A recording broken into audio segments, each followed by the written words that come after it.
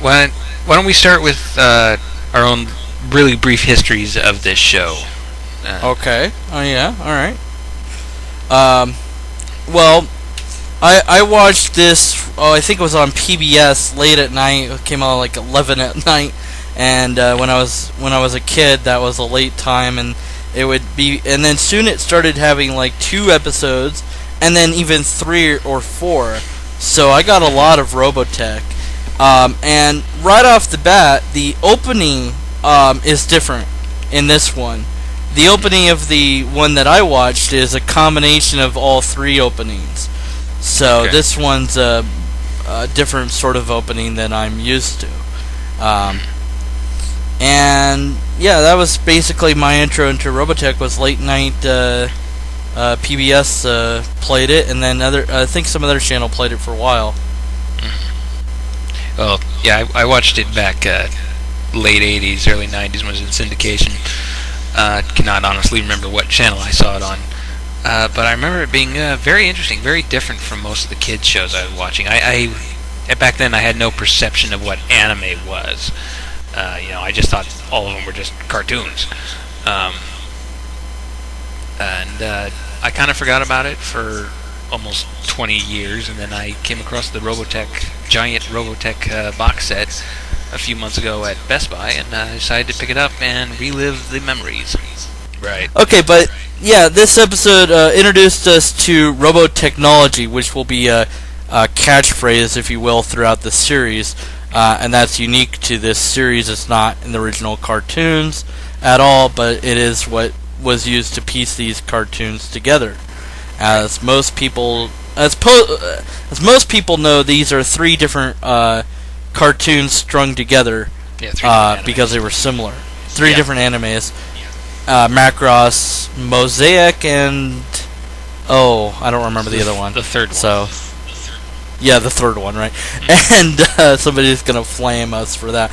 But at any rate, Robotechnology strings them all together, and the characters string together somewhat well. But this episode, a number of characters: Global, Rick, Roy Falker, and Mysterious Woman, and Lisa Hayes, as well as Claudia, and they're different. It's interesting to see that the different characters already begin to develop. Global is reluctant leader and does not want to go in. They've been at peace for a relatively long time now, 10 years some odd after the global war, I think it is. And so Global doesn't want war, but they're kind of forced into it. Yeah, the whole situation with the war on Earth is kind of got a very, I'm gonna say, weird, completely unintentional, real life parallel to it, because the global war is kind of a perception of what war would be like if Russia and America went to war, if the Cold War broke down and became an actual war. And then we get this 10 years of peace, which for us were the 90s, during the Clinton era, where there was really nothing but some minor skirmishes. And then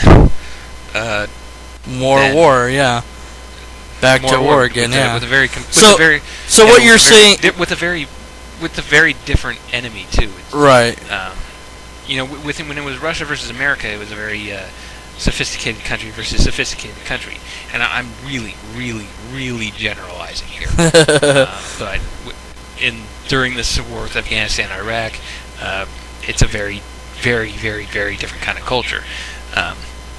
So it's kind of like fighting ourselves, 10 years of peace, then fighting these completely different kind of enemy. In the case of in the case of Robotech, that's the alien forces that are invading. And like I said, that's a completely unintended parallel.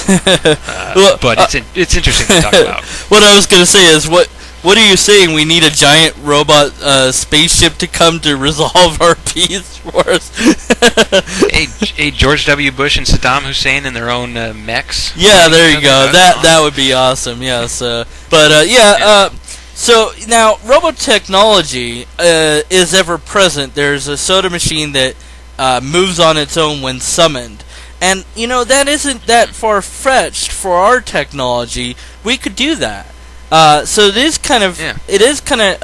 I don't know if we could transform ships yet, but we're getting pretty close to that sort of sophistication. Well, I think we really actually could transform airplanes into robots. There's just absolutely no reason to do that. I think it would be overly complicated and too expensive. So, yeah. Like, why would you turn your airplanes to a robot to have fist fights? Why would you? Well, so you can crash. So you don't crash like Rick did. He prevented a crash. I kind of wonder why. Well, that I don't. Yeah, go ahead. Yeah, why is a robot humanoid form suddenly less destructible than the airplane form? I kind of do wonder that choice. And this is kind of a spoiler, I guess, but I kind of wonder why Lisa didn't order Guardian mode, because that would have been more maneuverable and controllable than Battleoid mode. I mean, how many buildings did he destroy? Also, the main gun misses the buildings, but only just. So their own gun didn't quite kill them. I kind of do wonder what the people were thinking when they were rebuilding this thing, not to like aim a possible gun. They do know it's a gun. Why didn't they aim that like far away from anybody at all? Possibly, that does seem like a huge oversight that they made. Or it's firing on its own. Nobody expected it to do that. They figured, hey, if we have to fire it, we'll move the ship first. Yeah, maybe. So yeah, it's a booby trap, and Global says, "Oh, of course it's a booby trap." And they don't know what the aliens want, and they do have a ship in space that just gets torn to pieces. And I think one of the cool things about this show is it highlights that we would have zero experience in space. The Zentradi are like, they don't know what they're doing. We're gonna kick their butt, and they pretty much are. On the character of Rick Hunter, yes, when he shows up, he's particularly anti-war. He berates the other guy. I cannot remember his name. Roy Falker. Yeah, he berates him for leaving the air circus and joining the military, and then not coming back after the war was over. And yet, I found it kind of weird how quickly Rick Hunter just started. When they confused him for a fighter pilot, how quickly he just started going along with that. He's like, oh, well, okay, if they want me to. Well, I sure, think I'll fight the bad guys. I think he was more interested in flying than he was in fighting. He was overwhelmed at the fighting. He didn't know really what was going on, and even Roy seems to treat it like a joke. Like, you shouldn't really be here, but okay, follow me around. You'll get used to it. And he's like, wait, and then he gets shot down. I mean, he's not ready for this, and Roy should have known better, and Rick really should have known better. So I don't. Yeah, but that is a very quick transition. I guess it's a forgivable one. Rick does grow into that as we progress, but it is a yeah. I think later on we'll see a character, much later on, who sticks to his guns as far as being peaceful goes. But Global and Lisa and Claudia. Now Claudia seems like she's in charge, but it's actually Lisa's in charge of the bridge under Global. Mm-hmm. But she kind of cowers Lisa here, and we're not gonna really. And then we see the other girls kind of giggle, but we're gonna see more Lisa assertiveness later. I can't help but reference later, but right now it seems like, wow, she's not in command. I find it rather hilarious that they stocked the main battle bridge of their new spaceship with a bunch of giggling little girls.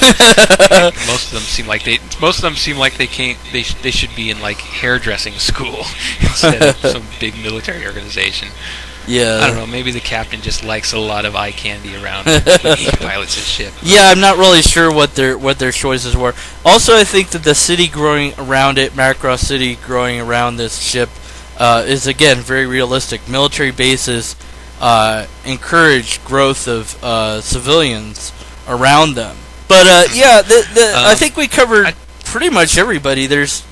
We don't really get. There's one more point I'd like to address before we end this. One thing about Robotech is, compared to a lot of kids shows that came out in the 80s, there's a lot of destruction going on.